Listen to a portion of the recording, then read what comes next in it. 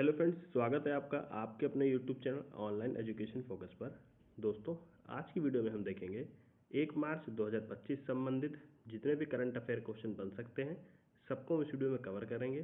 तो चलिए शुरू करते हैं आज का वीडियो अच्छी लगे तो वीडियो को लाइक करिएगा, शेयर करिएगा, चैनल को सब्सक्राइब करिएगा, बेल आइकन को प्रेस करिएगा। देखिए, फर्स्ट क्वेश्चन है, संयुक्त अरब अमीरात यूएई द्वारा पेश किया गया ब्लू वीज़ा किस क्षेत्र में योगदान देने वालों को प्रदान किया जाएगा? ए चिकित्सा क्षेत्र, बी खेल एवं मनोरंजन, सी पर्यावरण संरक्षण, डी वैज्ञानिक अनुसंधान। राइट आंसर है ऑप्शन सी, पर्यावरण संरक्षण।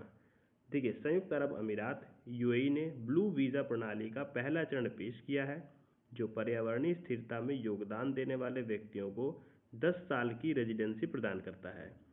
यह पहल विश्व सरकार शिखर सम्मेलन 2025 11 से 13 फरवरी दुबई के दौरान घोषित की गई थी। इसे जलवायु परिवर्तन और पर्यावरण मंत्रालय द्वारा संघीय पहचान, नागरिकता, सीमा शुल्क और बंदरगाह सुरक्षा प्राधिकरण द्वारा संयुक्त रूप से लॉन्च किया गया था। देखिए, अगला प्रश्न है, जैव विविधता संरक्षण को वित्तीय सहायता प्रदान करने के लिए CBD COP 16 में कौन सा फंड लॉन्च किया गया? A green fund, B California fund, C Kali fund, D biodiversity trust. Right answer है ऑप्शन सी, काली फंड। देखिए, जैव विविधता संरक्षण के क्षेत्र में 25 फरवरी 2025 को एक महत्वपूर्ण पहल की घोषणा की गई, जब रोम इटली में जैव विविधता पर संयुक्त राष्ट्र सम्मेलन CBD के 16वें कॉन्फ्रेंस ऑफ पार्टीज COP 16 में काली फंड लॉन्च किया गया। यह अंतर्राष्ट्रीय कोष उन निजी कंपनियों से वित्तीय योगदान प्राप्त करेगा जो अपने उद्योगों में आनुवांशिक डेटा का उपयोग करती है, ताकि वे जैव विविधता संरक्षण प्रयासों में सक्रिय रूप से भाग लें। देखिए, अगला प्रश्न है, भारत में पहला हाइपरलूप टेस्ट ट्रैक कहाँ स्थापित किया गया? A IIT Bombay, B IIT Delhi, C IIT Madras, D BITS Pilani. Right answer है ऑप्शन सी, IIT मद्रास। देखिए, IIT मद्रास ने भारतीय रेलवे के सहयोग से भारत का पहला हाइपरलूप परीक्षण ट्रैक लॉन्च किया है, जो उच्च गति परिवहन में क्रांतिकारी बदलाव की दिशा में एक महत्वपूर्ण कदम है। यह 422 मीटर लंबी सुविधा IIT मद्रास परिसर में स्थित है और इससे अल्फा फास्ट यात्रा को संभव बनाने की उम्मीद है, जिससे लंबी अंतर शहरी यात्राएं कुछ ही मिनटों में पूरी की जा सकेंगी। हाइपरलूप प्रणाली विद्युत चुंबकीय रूप से उत्तोलित मैग्नेटिक लेविटेशन पॉड्स का उपयोग करती हैं, जो निर्वात ट्यूबों के अंदर चलते हैं। इस तकनीक से वायु प्रतिरोध काफ़ी कम हो जाता है और पॉड्स हवाई जहाज की गति के समान रफ्तार पकड़ सकते हैं। देखिए, अगला प्रश्न है, भारतीय रिजर्व बैंक की रिपोर्ट के अनुसार वित्त वर्ष 2024 में भारतीय कॉरपोरेट मुनाफे में कितने प्रतिशत की वृद्धि हुई है? ए 12.5%, बी 14.2%, सी 15.3%, डी 16.8%। राइट आंसर है ऑप्शन सी, 15.3%। देखिए, भारतीय कॉरपोरेट मुनाफे में फाइनेंशियल ईयर 2024 के दौरान 15.3% की मजबूत वृद्धि देखी गई, जबकि बिक्री वृद्धि मध्यम रही और केवल 5.5% रही।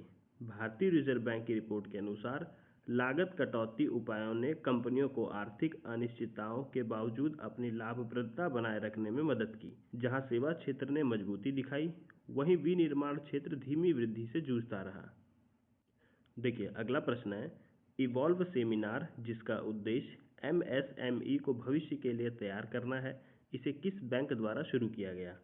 ए Punjab national bank, B Axis bank, C भारतीय state bank, D Kotak Mahindra bank. Right answer है ऑप्शन बी, एक्सिस बैंक।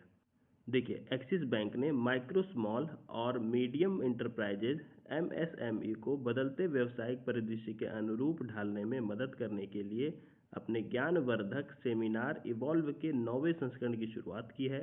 इस वर्ष का विषय नए युग के व्यवसाय के लिए MSME को भविष्य के लिए तैयार करना, डिजिटल परिवर्तन, नवाचार और परिचालन लचीलापन, ऑपरेशनल रेजिलिएंस पर केंद्रित है। यह पहल उद्यमियों को उनके व्यवसायों को मजबूत करने के लिए व्यवहारिक अंतर्दृष्टि और रणनीतियां प्रदान करने का लक्ष्य रखती हैं। देखिए अगला प्रश्न है, भारतीय सेना द्वारा जल थल रक्षा 2025 सैन्य अभ्यास कहाँ आयोजित किया गया? ए अंडमान और निकोबार द्वीप समूह, बी गुजरात का बेट द्वारका, सी राजस्थान का पोखरण, डी गोवा का पणजी। राइट आंसर है ऑप्शन बी गुजरात का बेट द्वारका। देखिए भारतीय सेना ने भारतीय तटरक्षक बल, इंडियन कोस्ट गार्ड और मरीन पुलिस के साथ मिलकर गुजरात के बेट द्वारका में बड़े पैमाने पर सैन्य अभ्यास जल थल रक्षा 2025 का आयोजन किया। इस अभ्यास का उद्देश्य द्वीप सुरक्षा को मजबूत करना, अवैध अतिक्रमण रोकना और विभिन्न सुरक्षा एजेंसियों के बीच समन्वय बढ़ाना था। इस ड्रिल का निरीक्षण कई सरकारी एजेंसियों ने किया, जिससे संभावित सुरक्षा खतरों से निपटने की तैयारियों को परखा गया। देखिए अगला प्रश्न है, जम्मू कश्मीर पुलिस ने अपनी पहली EFIR किस माध्यम से दर्ज की? A WhatsApp, B police helpline, C email, D mobile app. Right answer है ऑप्शन सी ईमेल। देखिए जम्मू और कश्मीर पुलिस ने पुलिस स्टेशन क्रेव में पहली बार EFIR दर्ज की, जो डिजिटल पुलिसिंग की दिशा में एक महत्वपूर्ण कदम है। यह शिकायत ईमेल के माध्यम से दर्ज की गई थी और केस FIR संख्या 17/2025 के रूप में पंजीकृत की गई।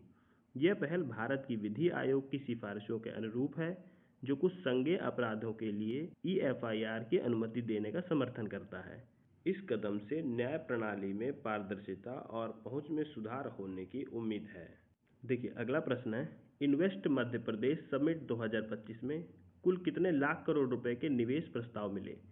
ए 25.50 लाख करोड़ रुपए, बी 28.25 लाख करोड़ रुपए, सी 30.77 लाख करोड़ रुपए, डी 35.10 लाख करोड़ रुपए। राइट आंसर है ऑप्शन सी 30.77 लाख करोड़ रुपए।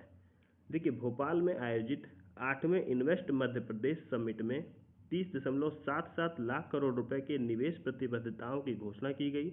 यह 2 दिवसीय आयोजन वैश्विक निवेशकों को आकर्षित करने, राज्य के औद्योगिक अवसरों और व्यवसाय अनुकूलन नीतियों को प्रदर्शित करने के लिए एक महत्वपूर्ण मंच साबित हुआ। समिट में Adani group, Reliance industries, NTPC, Avaada जैसी बड़ी कंपनियों की भागीदारी देखी गई। देखिए अगला प्रश्न है, हाल ही में किसे रतन टाटा एंडोमेंट फाउंडेशन का अध्यक्ष नियुक्त किया गया है? ए N चंद्रशेखरन, बी मुकेश अंबानी, सी Ratan Tata, D Anand Mahindra. Right answer है ऑप्शन ए N चंद्रशेखरन। देखिए टाटा सन्स के अध्यक्ष N चंद्रशेखरन को रतन टाटा एंडोमेंट फाउंडेशन का प्रमुख नियुक्त किया गया है। यह फाउंडेशन, जिसे दिवंगत रतन टाटा ने सेक्शन 8 संस्था के रूप में स्थापित किया था, समाज सेवा और तकनीकी अनुसंधान के माध्यम से भारतीय समाज के विकास में योगदान देने पर केंद्रित है। उनकी नियुक्ति मेहली मिस्त्री, शिरीन और दीना जेजी भॉय तथा दारियस खम्बाटा द्वारा की गई, जो रतन टाटा की वसीयत के कार्यकारी हैं। चंद्रशेखरन के नेतृत्व में फाउंडेशन की कार्यप्रणाली को सुव्यवस्थित किया जाएगा, जिससे इसकी स्वतंत्र पहचान और प्रभावी संचालन सुनिश्चित हो सके।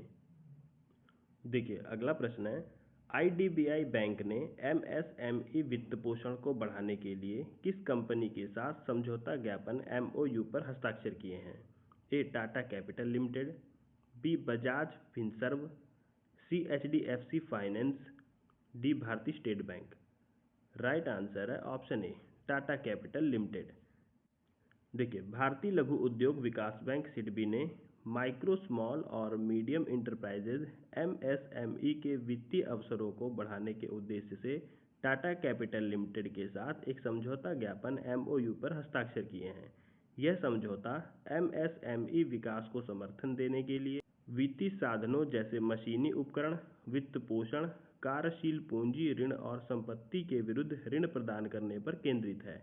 इस साझेदारी के तहत सह वित्त पोषण, जोखिम साझाकरण और संयुक्त वित्तीय मॉडल की संभावनाओं को भी खोजा जाएगा, जिससे MSME को बेहतर ऋण सुविधाएं उपलब्ध हो सकेंगी।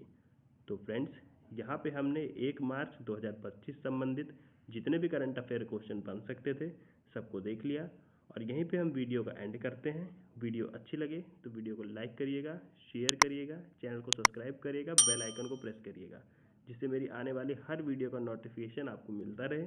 मिलते हैं फिर अगली वीडियो में, तब तक के लिए जय हिंद जय भारत।